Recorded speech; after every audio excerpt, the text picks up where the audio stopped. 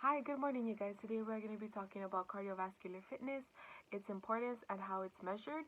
Cardiovascular fitness is referring to aerobic exercises like hiking, running, or even biking.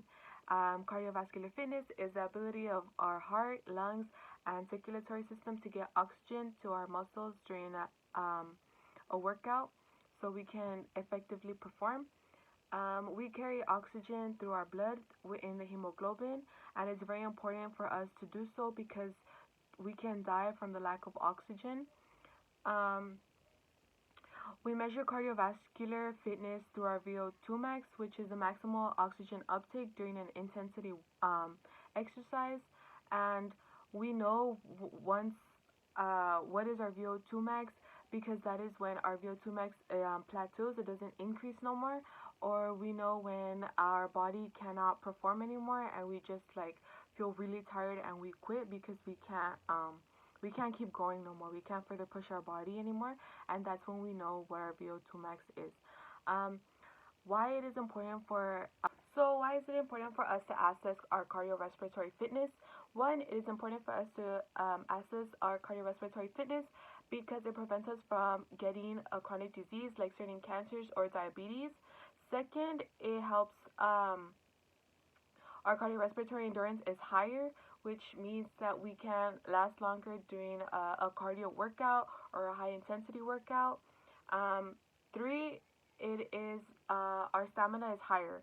So when we have a stronger or higher stamina, we have a stronger heart and we have a bigger heart. So our left ventricle increases in size, meaning that we can now perform and exercise better than we did before.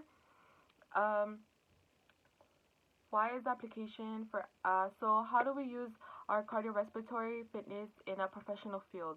We can use this not only as a baseline to know where our client is at or to know where we are at personally and where we want to get to. So it helps us know where we're at. It helps us set goals for the future. Another way that professionals use this is to hold account our athletes. Our athletes are held accountable for their performance with knowing their VO2 max and how well they are in regards to their cardiorespiratory fitness. That way they know how to improve or they know how to train. They know what's their next move to get to where they want to get and to perform and get to their goal of a certain time for a mile or a certain marathon time mile they want to a certain marathon time they want to get to, or in general to help the team progress so they know how to be able to train to get to where they want to get. And it can also help them improve their endurance, and it can also help us personally to improve their endurance or a client's endurance to get to where they want to get. So there are several ways to measure our VO2 max. The first way is in a lab. So in a lab, it's in a controlled environment. It's using a treadmill and an oxygen mask that is connected to a machine, which is telling us our heartbeat and our VO2 max. This is for so this test is for professional users. It does require expensive material, so it's really hard to get an accurate VO2 max. This is the most accurate way to get our VO2 max. It is also another way to where people train to know where they want to get to. Um, so that is the lab test. It is in a controlled environment, so it's the most accurate, but there's also different ways to get our VO2 max.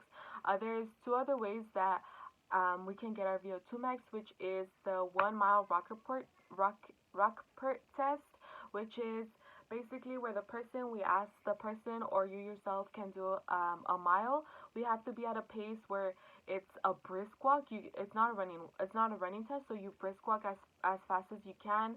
Like you're moving your arms, you're really working for it. It's not just like a walk where you're gonna be like, oh yeah, I'm taking a test, I'm walking.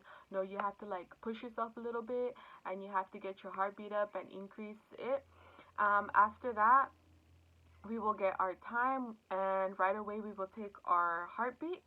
We will do 15 seconds and then multiply that times 4 so we can get the whole beats per minute. And then after, when we are done taking our pulse, we will get our information, which is the time and our pulse, and we will apply it to the equations provided in our lab. The 1.5 mile Cooper test, that one is a run slash walk. The running is for people who can complete the 1 mile run and just do it all the way. But you can also walk. You can do half and half or whatever is best for you. But you have to be pushing yourself to get your heartbeat up as well. Um, so for this one, all you're gonna do, we're not gonna take the heartbeat, but for your accuracy of getting your VO2 max, you have to be pushing yourself and not just be like, oh, I'm gonna just, I'm gonna do a little jog. No, you have to like run and push yourself a little bit so you can get an accurate VO2 max. Because let's say I'm gonna go do it, or my sister who's in track is gonna go do it, and she's just running slowly, she's just taking it at a nice pace, jog, where she's not pushing herself, then that's not going to be accurate because you're not raising your heartbeat, and your VO2 max is just going to be like at a steady pace where it's not going to be at its max. So for this one, sorry, I sidetracked. So for this one, it's just going to be our time. We're going to do a 1.5 mile run. You can also walk. It depends on the person's or the client's fitness, physical ability to perform.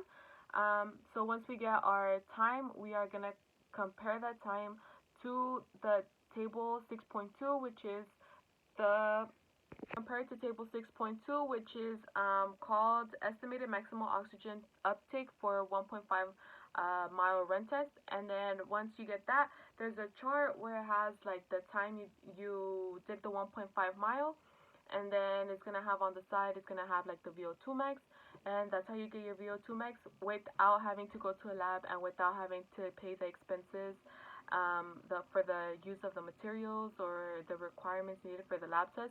This is another way where you can personally get your VO2 max without having to, or maybe just like a stopwatch or a Fitbit so you can know your distance, or if you could have it on treadmill at home, you can do it like that, but it's not as expensive as getting at a lab. So that was my explanation on cardiovascular fitness, its importance, and how it's measured. I hope you guys enjoyed it. Thank you for listening, and we'll see you next time.